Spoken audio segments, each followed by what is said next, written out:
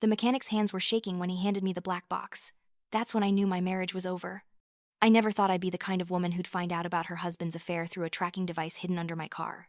But there I was, standing in Frank's garage on a humid Tuesday afternoon in downtown Seattle, staring at a small, sophisticated piece of technology that had been recording every word I'd said, every place I'd been, for the past 3 months.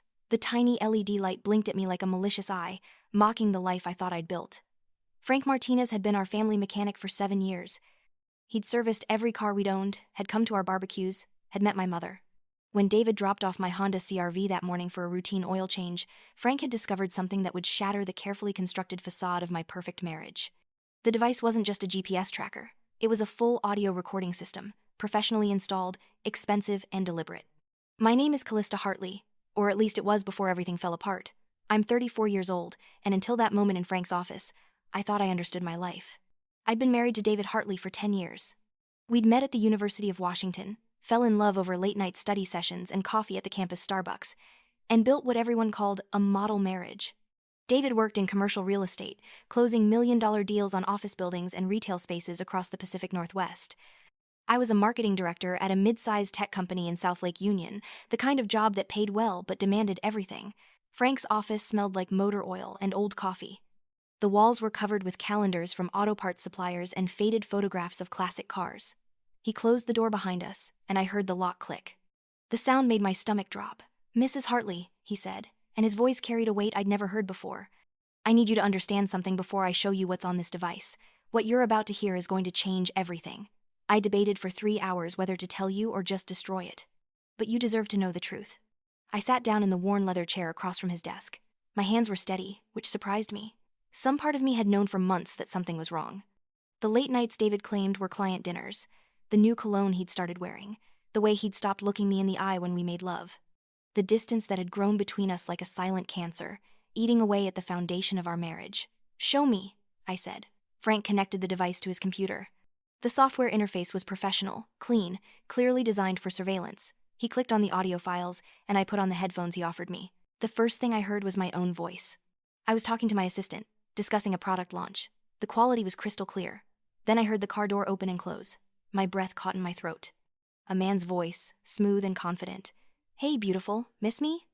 My response, warm and intimate in a way I never spoke to David anymore. "You know I did. I've been thinking about you all morning." I didn't recognize my own voice at first. It was lighter, happier, more alive than I'd sounded in years. The man laughed, and I heard the rustling of movement, the sound of a kiss. "Where are we going today?" I asked on the recording. "That place near the waterfront, the one with the private rooms." My hands gripped the armrests of the chair. This couldn't be real, but it was my voice, unmistakably mine. I listened as we drove, as we talked about our days, as we discussed meeting up later that week. The intimacy in our conversation was undeniable. This wasn't a casual friendship. This was an affair. Frank fast-forwarded through hours of recordings. More conversations, more meetings. The man's name was Marcus. Marcus Chen, David's business partner. The man who'd been at our wedding. The man who'd helped us move into our house in Queen Anne. The man David called his best friend. "I love you, Marcus," my recorded voice said one evening. The background noise suggested we were in a restaurant, soft music playing, the murmur of other diners around us. "I love you too, Callista. We'll figure this out. David doesn't have to know until we're ready." I ripped the headphones off. My heart was pounding so hard I thought it might burst through my chest. This was impossible. I'd never cheated on David, never even considered it. But the evidence was irrefutable, professionally recorded, time-stamped, undeniable. "Mrs. Hartley," Frank said carefully, "there's more. The GPS data shows regular trips to a condo in Belltown, a hotel near the Seattle waterfront, and a house in the suburbs that doesn't belong to you or your husband." My mind was racing. David had planted this device. David had been recording me. David believed I was having an affair with Marcus, but I wasn't. I'd never been to any of those places with Marcus. I'd never said those things. Then the realization hit me like a physical blow. The recordings weren't real. They were fabricated. Someone had used AI voice synthesis to create fake conversations using my voice. David had manufactured evidence of an affair that never happened. The question was why? I looked up at Frank, and I saw the same confusion in his eyes. "This isn't real," I said quietly. "I've never had an affair. These conversations never happened." Frank frowned. "Ma'am, I don't understand. The recordings are fake, generated.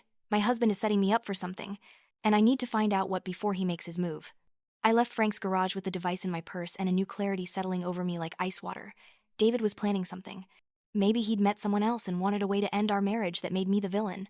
Maybe there was money involved, life insurance, or the valuable property we owned together. Whatever his endgame was, he'd gone to extraordinary lengths to manufacture evidence against me. Instead of driving home, I headed to a small coffee shop in Capitol Hill, the kind of place where nobody knew me. I ordered a black coffee and found a corner table away from the windows. My hands were steady as I pulled out my laptop and connected to the coffee shop's Wi-Fi using a VPN. If David was tech-savvy enough to create fake audio recordings, I needed to be careful about my digital footprint. I'd worked in marketing for 15 years.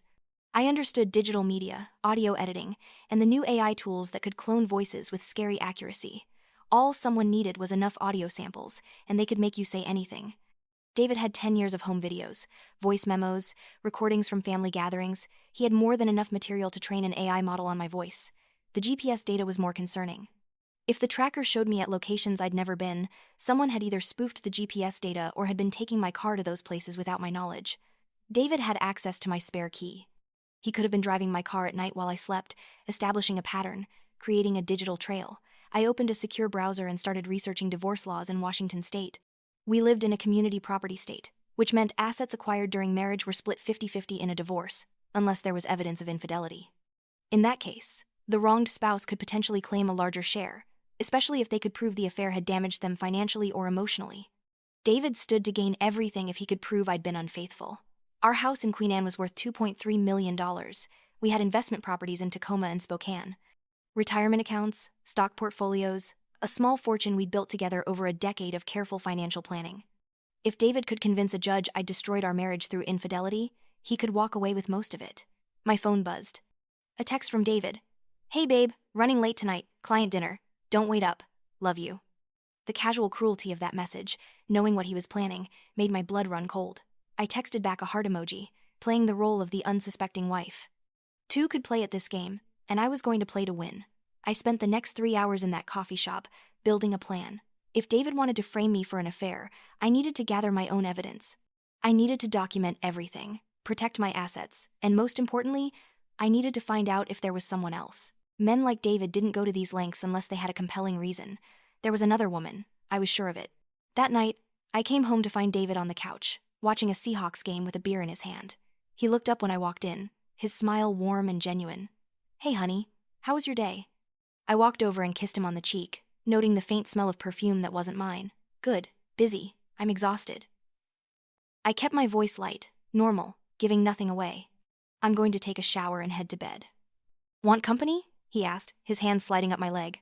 I forced a smile. "I'm really tired, babe. Rain check?" The disappointment in his eyes looked real, but I knew better now. Everything was a performance. Our entire marriage had become a stage play, and I'd been the only one who didn't know we were acting. In the shower, I let the hot water wash over me and finally allowed myself to feel the full weight of the betrayal. Not the fake affair he'd invented, but the real betrayal of trust, of partnership, of the vows we'd made 10 years ago. David wasn't just leaving me. He was trying to destroy me, to take everything we'd built and leave me with nothing but shame and suspicion. I dried off and looked at myself in the bathroom mirror. My dark hair hung wet around my shoulders. My green eyes looked tired, shadows underneath from too many late nights at work. I was still attractive, still young enough to start over, but that wasn't what this was about. This was about justice. This was about making sure that David didn't get away with this calculated cruelty. Over the next week, I became someone I didn't recognize. By day, I was the same Callista, professional and competent at work, loving and attentive at home. By night, when David thought I was asleep, I was a woman on a mission. I started with our finances. I pulled records from every bank account, every investment, every credit card. I created encrypted backups and stored them in a cloud account David didn't know about. I documented every asset we owned, every piece of property, every stock certificate. I photographed our valuables, our artwork, our jewelry. If David wanted a war over assets, I was going to be prepared. Then I hired a private investigator. Not just any PI, but someone Frank had recommended, a former Seattle police detective named Julia Reeves, who specialized in domestic cases. I met her at a diner in Fremont, showed her the fake recordings, and explained my situation. Julia listened carefully, taking notes on a yellow legal pad. She was in her 50s, with short gray hair and sharp eyes that seemed to see right through people. "Your husband is either very smart or very desperate," she said. Creating fake evidence like this requires technical sophistication and planning. But here's the thing about people who do this. They usually leave a trail. they get sloppy. They have to share their plan with someone, or they make mistakes in the execution. I need to know if there's another woman, I said, and I need evidence that he created these fake recordings. Something I can use in court. Julia nodded. I'll put a team on him. Within a week, we'll know everywhere he goes, everyone he talks to, and every digital footprint he leaves. But Callista, you need to be prepared for what we might find. Sometimes the truth is worse than we imagine. I thought about that as I drove home. What could be worse than discovering your husband was trying to frame you for infidelity to steal your shared assets? But Julia was right. There were darker possibilities. Maybe David had debts I didn't know about. Maybe he was involved in something illegal and needed to distance himself from me. Maybe there was a whole other life I knew nothing about. The first report from Julia came 3 days later.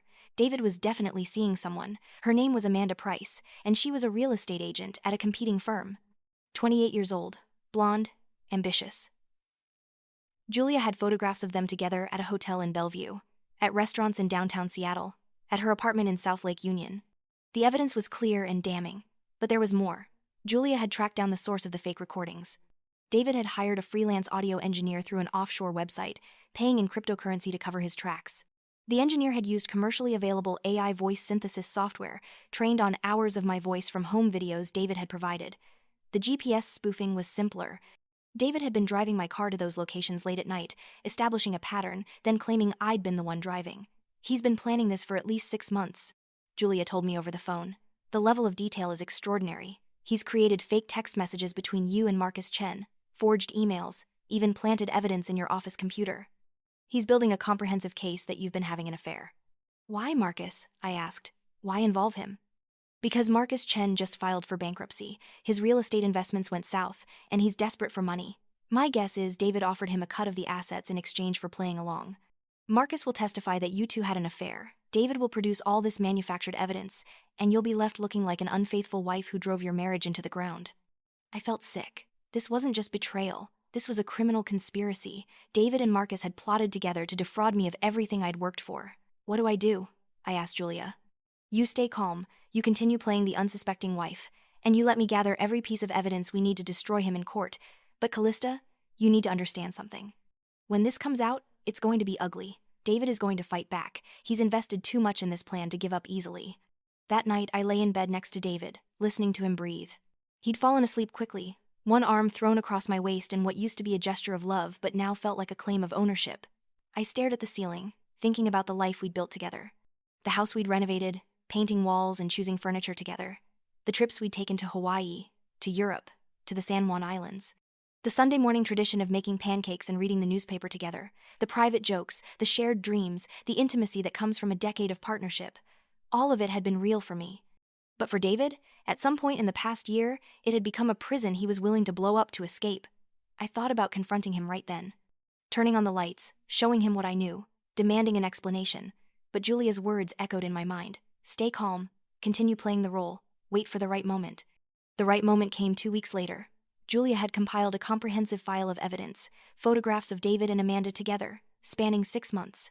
Bank records showing he'd transferred money to offshore accounts I didn't know about. Emails between David and the audio engineer discussing the fake recordings.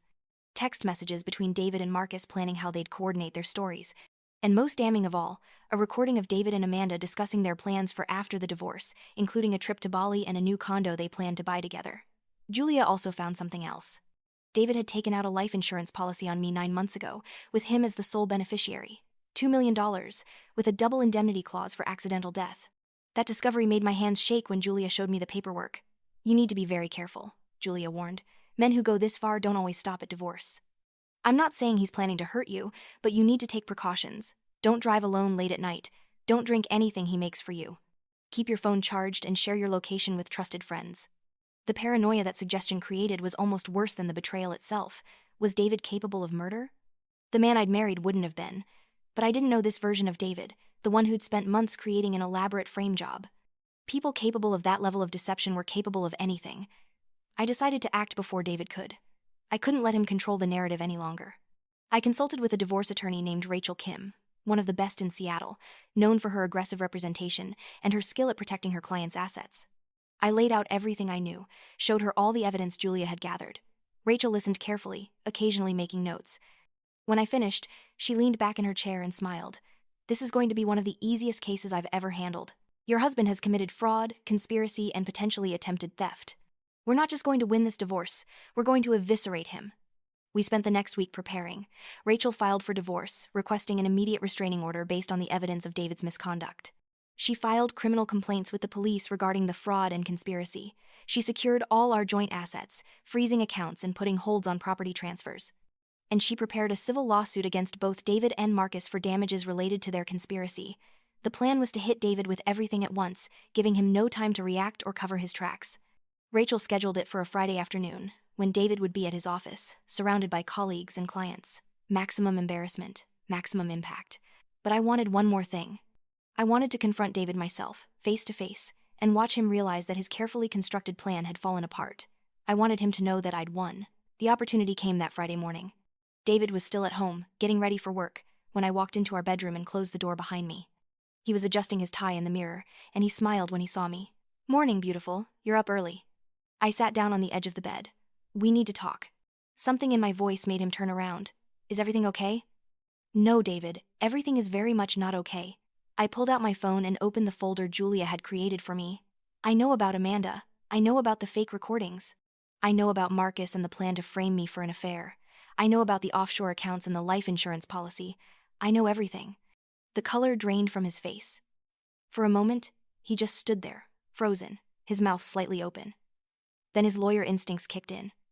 "Callista, I can explain." "Don't." My voice was cold, controlled. "I don't want your explanations or your excuses. I want you to know that you failed. Every piece of evidence you manufactured against me, I've documented and proven false. Every asset you tried to hide, I've found and secured. Every person you involved in your conspiracy, I've identified and am pursuing legally." David's hands were shaking. "It's not what you think." "It's exactly what I think. You wanted to divorce me and take everything we'd built together.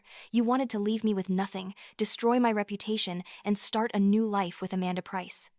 But you underestimated me. You thought I was naive, that I'd never question the perfect marriage we had. You were wrong." I stood up and walked toward the door. "In about 2 hours, you're going to be served with divorce papers, a restraining order, and a criminal complaint. Your accounts are already frozen. The evidence of your fraud has been turned over to the police. Marcus Chen is being served at the same time. You're both going to pay for what you tried to do to me." "Callista, please." He moved toward me, but I held up my hand. "Don't touch me. Don't call me. Don't try to contact me in any way. From this moment on, all communication goes through my attorney, Rachel Kim. You'll be hearing from her very soon." I opened the door and walked out of that bedroom, out of that house, out of the life I'd built with a man I no longer knew. I got into my car, drove to my office, and waited for Rachel's text confirming that everything had been set in motion. The text came at 2 p.m. "Papers served, restraining order in place, police are investigating criminal charges. It's done." I sat at my desk, looking out the window at the Seattle skyline, and felt something I hadn't felt in months. Freedom. Relief. The weight of David's deception had been crushing me, and now it was gone. I wasn't the victim of his scheme anymore. I was a woman who'd fought back and won. The next few months were a blur of legal proceedings. David tried to fight the divorce, claiming the evidence against him was fabricated. But Julia's documentation was too thorough, too comprehensive. The audio engineer testified about creating the fake recordings. Amanda Price admitted to the affair under oath. Marcus Chen cut a deal with prosecutors, providing detailed testimony about David's plan in exchange for a reduced sentence. The divorce was granted within 60 days, with me retaining full ownership of our house and investment properties. David was ordered to pay substantial damages for the emotional distress and financial losses his scheme had caused. The criminal charges resulted in probation and community service for both David and Marcus. David's real estate license was suspended. His reputation in the Seattle business community was destroyed. Amanda Price left him 2 weeks after the story broke. Apparently, she'd been under the impression that David was wealthy and successful, not a fraud facing criminal charges. She found someone else, another real estate broker, and moved to Portland. I sold the house in Queen Anne. Too many memories, too many ghosts of a marriage that had never been real. I bought a smaller place in Ballard, a charming craftsman with a view of the ship canal. I redecorated it in my own style, without compromise or consideration for anyone else's preferences. Every room reflected my choices, my taste, my vision for the life I wanted to live. Work became a refuge and a source of pride. I threw myself into my career, taking on bigger projects, leading major campaigns. My success at the company grew, and within a year, I was promoted to senior vice president. The professional recognition felt validating in a way that personal relationships never had. I started therapy, working through the betrayal and the paranoia that came with discovering how easily someone could manufacture an entire false reality. My therapist helped me understand that David's actions weren't a reflection of my worth or my lovability.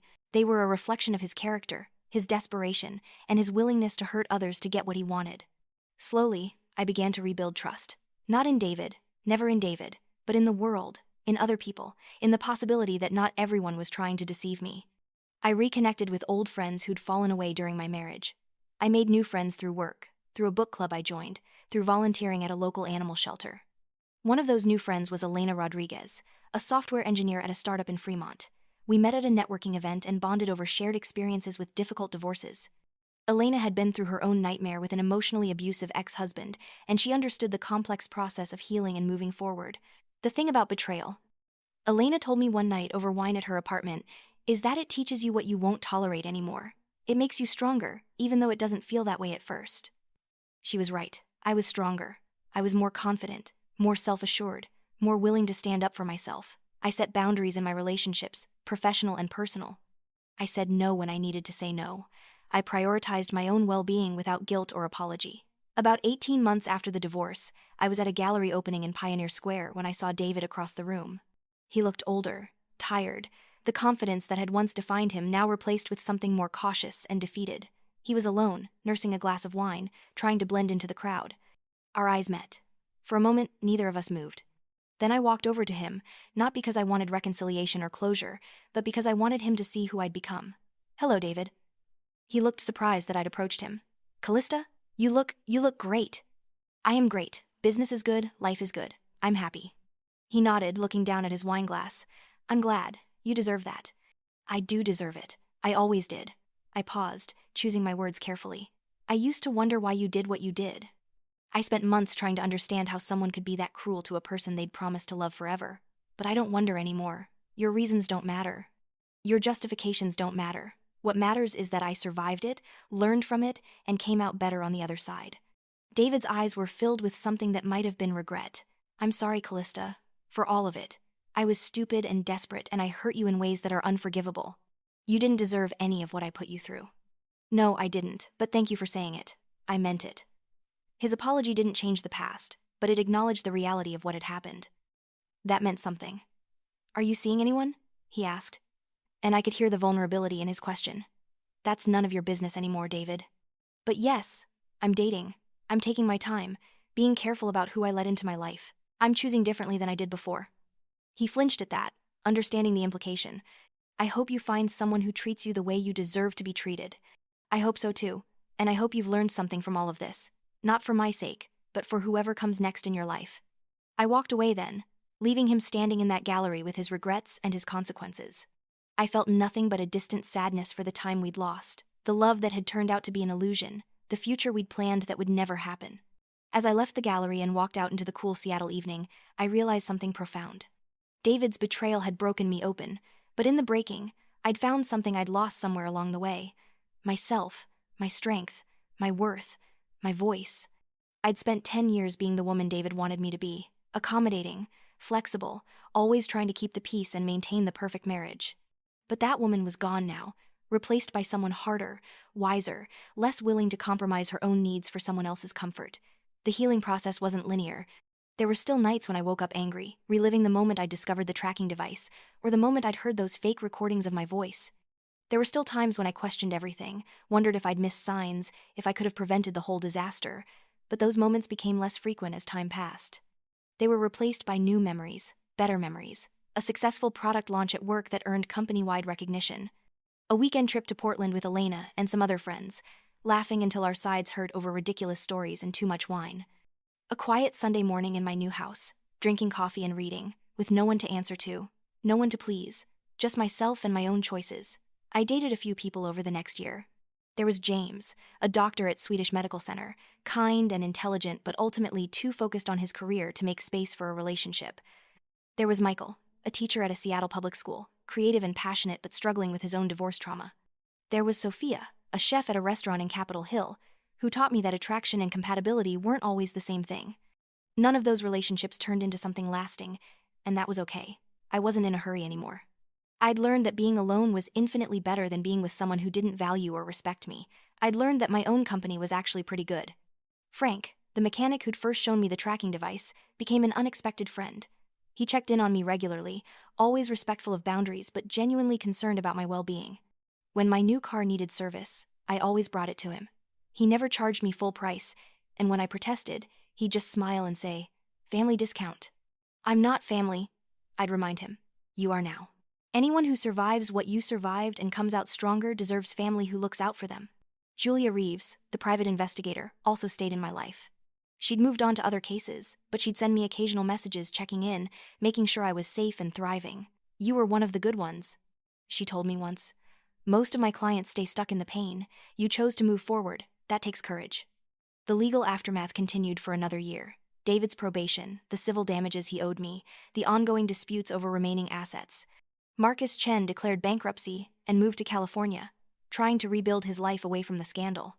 Amanda Price married her new broker boyfriend and, according to mutual friends, seemed happy in her suburban Portland life. I stopped following their stories. Their lives weren't my concern anymore. My life, my future, my happiness, those were what mattered. On the 2-year anniversary of the day I'd discovered the tracking device, I threw a party. Not a sad remembrance, but a celebration.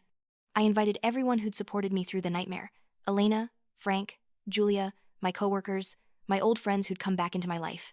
We gathered in my Ballard house, which I'd transformed into a space filled with light and art and plants, a physical manifestation of my healing. "To second chances," Elena toasted, raising her glass.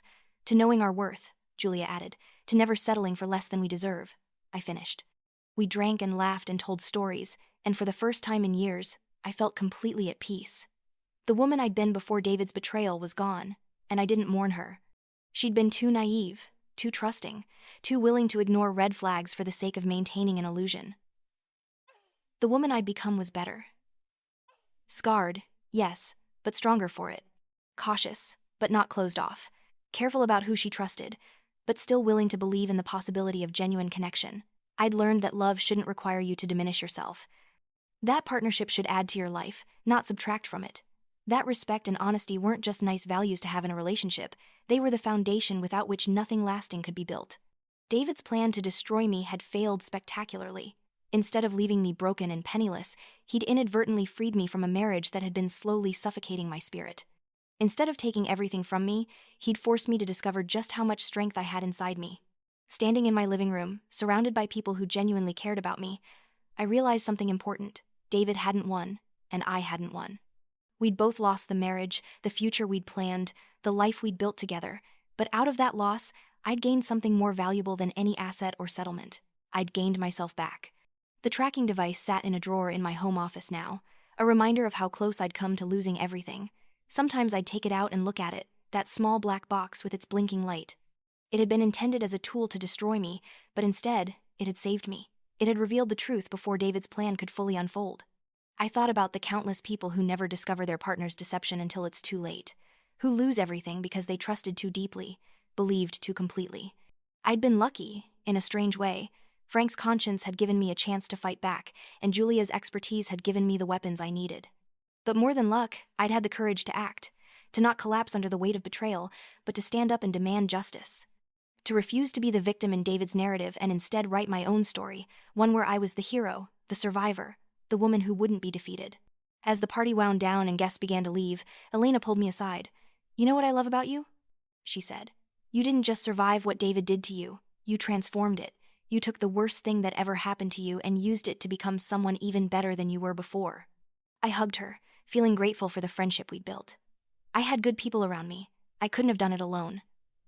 "Maybe not. But you did the hard part. You chose to heal instead of staying stuck in anger. You chose to move forward instead of looking back. That's all you, Callista." After everyone left, I walked through my house, picking up wine glasses and straightening cushions. The space felt alive with the energy of the evening, with laughter and connection and hope. This was my home, my sanctuary, my fresh start. I stood at my bedroom window, looking out at the lights of Seattle glittering in the darkness. Somewhere out there, David was living his diminished life, dealing with the consequences of his choices.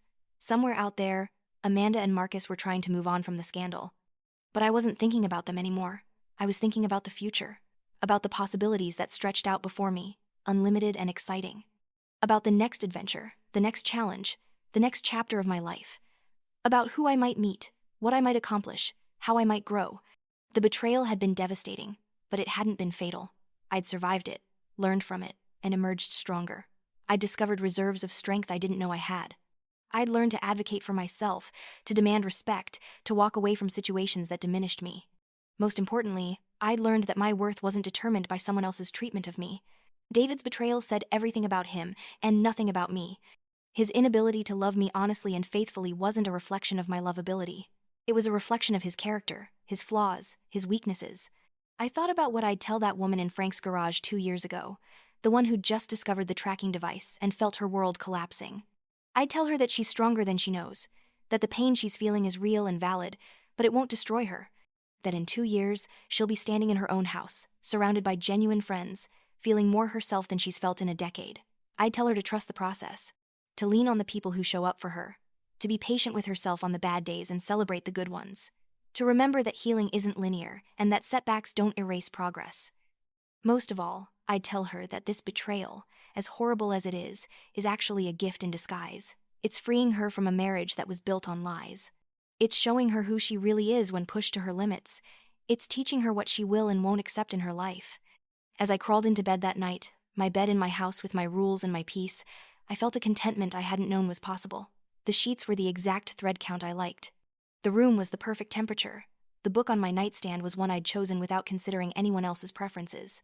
These small things, these tiny acts of autonomy, had become sacred to me. They represented freedom. They represented self-respect. They represented a life lived on my own terms. I turned off the light and closed my eyes, and for the first time in years, I fell asleep without fear, without anxiety, without the nagging feeling that something was wrong. Because nothing was wrong anymore. Everything, finally, was exactly as it should be. The next morning, I woke up early and went for a run along the Burke-Gilman Trail. The autumn air was crisp, the leaves turning brilliant shades of red and gold. Other runners and cyclists passed me, everyone absorbed in their own morning routines, their own lives, their own journeys. I thought about how invisible we all are to each other, how everyone is fighting battles we know nothing about. That woman pushing a stroller might be going through a divorce. That man walking his dog might have just lost his job. That couple holding hands might be celebrating a cancer remission. We're all just doing our best, making our way through this complicated, messy, beautiful life. Some people handle their struggles with grace and integrity. Others, like David, choose deception and betrayal. But in the end, we all have to live with the consequences of our choices. I chose to fight back. I chose to demand justice. I chose to rebuild my life on a foundation of honesty and self-respect, and I'd make those same choices again, even knowing how painful the journey would be. When I returned home from my run, I found an envelope that had been slipped under my door. Inside was a handwritten note from David. I almost threw it away without reading it, but curiosity won out. The letter was long, pages of explanation and apology. He talked about how he'd felt trapped in our marriage, how he'd met Amanda and felt alive for the first time in years, how he'd panicked when he realized he wanted a divorce. He explained that Marcus had suggested the fake affair scheme as a way to protect David's financial interests and reputation. He claimed he'd never meant for things to go as far as they did, that the plan had taken on a life of its own. He ended by saying he'd spent the past 2 years in therapy, working through his issues with honesty and commitment. He said he understood now that his actions were unforgivable, that he'd destroyed something precious through his cowardice and selfishness. He wished me well and asked, not for forgiveness, but for me to know that he was truly sorry. I read the letter twice, then put it back in the envelope. His apology, while seemingly sincere, didn't change anything. It didn't undo the harm he'd caused or erase the trauma he'd inflicted. But it did give me something I hadn't realized I needed. Confirmation that the David I'd married had been real, at least at some point, that the love we'd shared hadn't been entirely fabricated. That knowledge made the grief easier to bear. I could mourn the loss of what we'd had without feeling like a fool for having believed in it. The marriage had been real until it wasn't. The love had been genuine until it turned to resentment and fear. I filed the letter away in a folder with all the other documents from that period of my life. Evidence of a chapter that was closed, a story that was finished. Someday, maybe, I'd look back on it with complete emotional distance. But for now, it was enough to acknowledge it and move on. Work that day was particularly satisfying. I presented a major marketing campaign to the executive team, a campaign I'd developed entirely on my own, without second-guessing myself or seeking validation from others. The presentation went perfectly, and the CEO personally congratulated me afterward. "You've really come into your own this past year," he said. "Whatever you're doing, keep doing it." If he only knew. The confidence he was noticing wasn't just professional growth, it was the result of being tested by fire and coming through it transformed. It was the confidence that comes from knowing you can survive your worst nightmare and build something better from the ashes. That evening, I had dinner with my mother at her house in Edmonds. We'd grown closer since the divorce, my mother having been one of my strongest supporters through the whole ordeal. She'd never particularly liked David, though she'd hidden it well during our marriage. Apparently, she'd always sensed something calculating about him, something that felt more strategic than genuinely affectionate. I should have said something, she told me as we sat on her deck overlooking Puget Sound. But you seemed so happy, and I didn't want to be the mother who couldn't accept her daughter's choice. You couldn't have changed anything, I assured her. I had to learn that lesson myself, and honestly, if you'd tried to warn me, I probably would have defended him and pulled away from you. She nodded, understanding. You're different now. Stronger, more grounded. I'm proud of the way you handled everything. Coming from my mother, who rarely gave compliments, that meant everything. I couldn't have done it without your support. Yes, you could have, but I'm glad you didn't have to. We sat in comfortable silence, watching the sun set over the water, painting the sky in shades of pink and orange. The beauty of the moment felt poignant, a reminder that life continues, that nature persists, that there's always another sunset, another day, another chance. Are you happy? My mother asked suddenly. I considered the question carefully. Was I happy? Not in the uncomplicated way I'd been happy before, when ignorance had felt like bliss, but in a deeper, more authentic way. Yes, I said finally. I am. Not all the time, but more often than not. And when I'm not happy, I'm at least at peace. That's all any of us can ask for, she said. Over the next few months, I continued building my new life. I took a pottery class and discovered I had a talent for creating beautiful, functional objects. I joined a women's hiking group and started exploring the mountains around Seattle, pushing my physical limits and discovering a love for the outdoors I'd never known I had. I went on dates occasionally, but I was selective, unwilling to settle or compromise my standards.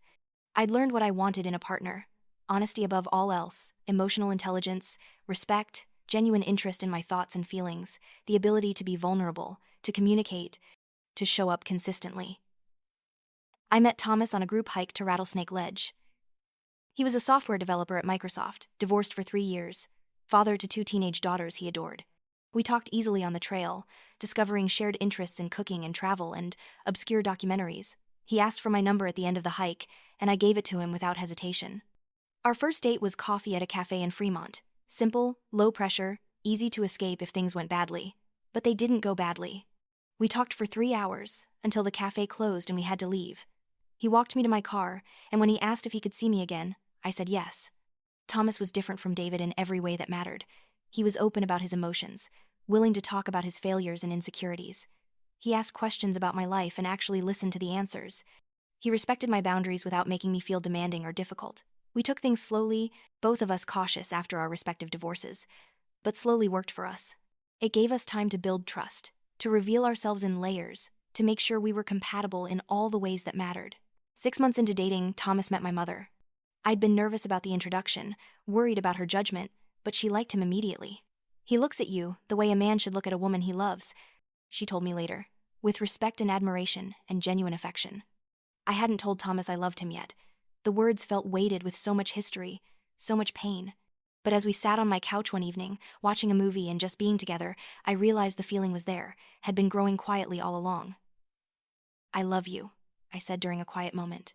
Thomas turned to me, his eyes warm and serious. I love you too. I have for a while now. I was just waiting for the right moment to tell you. Is this the right moment? I asked, smiling. Every moment with you is the right moment. It was a cheesy line, the kind that should have made me cringe. But coming from Thomas, with complete sincerity, it made my heart swell. This was what love should feel like. Safe, warm, genuine, uncomplicated by games or manipulation or hidden agendas. We didn't rush toward marriage or moving in together. We were both content to let the relationship develop at its own pace, to enjoy what we had without forcing it to be more. Thomas understood my need for independence, for maintaining my own space and autonomy. He had his own life, his own interests, his own children who took priority sometimes. We were partners, but we were also individuals, and we respected that balance. 1 year after meeting Thomas, I got a message from Frank. David had left Seattle, moved to Phoenix to start over somewhere with no history. He'd sold his remaining assets, paid off his debts, and was apparently working as a real estate agent at a small firm. Thought you should know. Frank wrote. He's gone for good. I felt nothing when I read that message. No satisfaction, no sadness, no residual anger. David had become a character in a story from my past, someone I used to know, someone who'd once been important but wasn't anymore. His leaving Seattle didn't change my life in any meaningful way. I texted back a simple, "Thanks for letting me know," and went on with my day. That same week, I got promoted again at work, this time to vice president of marketing. It was a role I'd been working toward for years, a recognition of everything I'd accomplished. The promotion came with a significant raise, more responsibility, and the opportunity to shape the company's marketing strategy at the highest level. At the celebration dinner my team threw for me, I gave a short speech. "Thank you all for your support and collaboration. This promotion isn't just mine, it's ours. We've built something special together, and I'm excited to see where we can take it next." But privately, internally, I acknowledged something else. This promotion was also a testament to my resilience, to my ability to keep showing up, keep performing, keep pushing forward even when my personal life was in shambles. I'd earned this through talent and hard work, yes, but also through sheer determination not to let David's betrayal destroy every aspect of my life. As I drove home that night, I thought about the journey I'd been on. From that terrible day in Frank's garage to this moment of professional triumph, from devastation to recovery to thriving. It had been almost 3 years, and I'd traveled so far. The woman I'd been at the beginning of this story wouldn't recognize the woman I'd become. That Callista had been softer, more naive, more willing to ignore her instincts for the sake of keeping peace. This Callista was harder in some ways, but also more authentic. She knew her worth. She demanded respect. She walked away from situations that didn't serve her. Some people might see that hardness as damage, as something negative. But I saw it as armor, as wisdom earned through suffering. I'd learned to protect myself, and there was no shame in that. Thomas and I went on a trip to Italy that summer, 2 weeks of exploring Rome and Florence and the Amalfi Coast. We ate incredible food, saw breathtaking art, and talked about everything and nothing. On our last night in Rome, as we sat at a restaurant overlooking the Colosseum, Thomas took my hand. "I know we said we'd take things slow," he began, and my heart started racing. "But I've been thinking about our future, about building a life together. I'm not asking you to marry me, not yet, but I want you to know that's where I'm heading. That you're the person I want to build that future with." I squeezed his hand, feeling tears prick my eyes. Happy tears, grateful tears. "I want that too, when we're both ready." "No rush," he said. "We have time." We did have time. That was the beautiful thing about starting over. There was no urgency, no deadline, no pressure to follow someone else's timeline. We could take as long as we needed to build something solid and lasting. When we returned to Seattle, I found myself thinking about forgiveness. Not forgiving David exactly, though I'd let go of most of my anger toward him, but forgiving myself, for not seeing the signs earlier. For investing so much in a relationship that wasn't what I thought it was. For the years I'd lost to a marriage that had been slowly dying. My therapist helped me work through this. "You made the best decisions you could with the information you had at the time," she reminded me. "You can't blame yourself for not knowing things David deliberately hid from you. That's not naivety, that's trust, and trust is a beautiful quality, not a weakness." I wanted to believe her. And slowly, gradually, I did. I forgave myself for being human, for being imperfect, for having blind spots. I accepted that the past was unchangeable and that the only thing I could control was how I moved forward. That fall, I started volunteering at a women's shelter, offering support to women going through divorces and domestic situations. My experience with David's betrayal, while different from the physical abuse many of these women had endured, gave me insight into the recovery process. I could speak to the importance of gathering evidence, of protecting your assets, of having a support system, of not being ashamed to ask for help. The work was emotionally challenging but deeply rewarding. Every woman I helped felt like a small act of redemption, a way of turning my pain into something useful and healing for others. Several women told me that my story gave them hope, showed them that it was possible to not just survive but thrive after betrayal. One woman in particular, Maria, reminded me of myself 3 years earlier. She discovered her husband's affair and was paralyzed by indecision, terrified of being alone, worried about financial security. I shared my story with her, honestly, and without sugarcoating the difficult parts. "It's going to be hard," I told her. "The hardest thing you've ever done. But on the other side of that hardship is a version of yourself you haven't met yet. A stronger, clearer, more authentic version. And she's worth fighting for." 6 months later, Maria sent me a text. She'd filed for divorce, secured her assets, and was starting a new job. "You were right," she wrote. "I'm finding myself again. Thank you for showing me it was possible." Messages like that made everything worthwhile. My suffering hadn't been meaningless. It had equipped me to help others navigate their own dark journeys. As the 3-year anniversary of discovering the tracking device approached, I reflected on how completely my life had transformed. I had a career I loved, friends who genuinely cared about me, a romantic relationship built on honesty and mutual respect, a sense of purpose through my volunteer work, and most importantly, a deep and abiding sense of self-worth that nobody could take away from me. David's plan to destroy me had spectacularly backfired. Instead of leaving me broken and penniless, he'd inadvertently forced me to become the best version of myself. The woman I was now was infinitely better than the woman I'd been in that marriage, even during the good years. On the actual anniversary, I didn't throw a party this time. Instead, I spent the day doing things I loved: a morning run, brunch with Elena, an afternoon at the art museum, dinner with Thomas. Simple pleasures, but meaningful ones. That evening, Thomas and I walked along the waterfront, watching the ferries cross Puget Sound against a backdrop of the Olympic Mountains.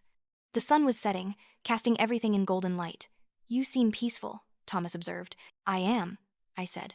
"For the first time in my adult life, I feel like I'm exactly where I'm supposed to be, doing exactly what I'm supposed to be doing, with exactly the right people in my life."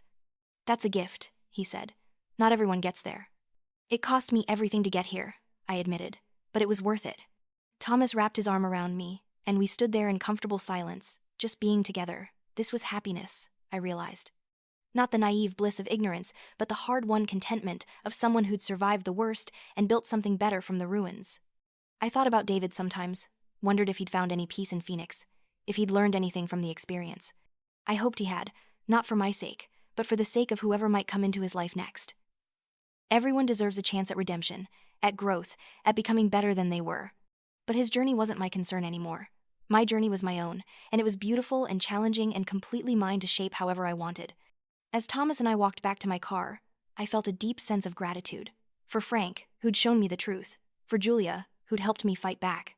For Rachel, who'd protected my interests. For Elena, who'd walked beside me through the darkest days. For my mother, who'd loved me unconditionally.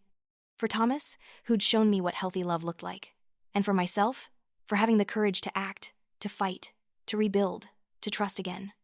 The tracking device that David had planted in my car, intended to destroy me, had instead saved me.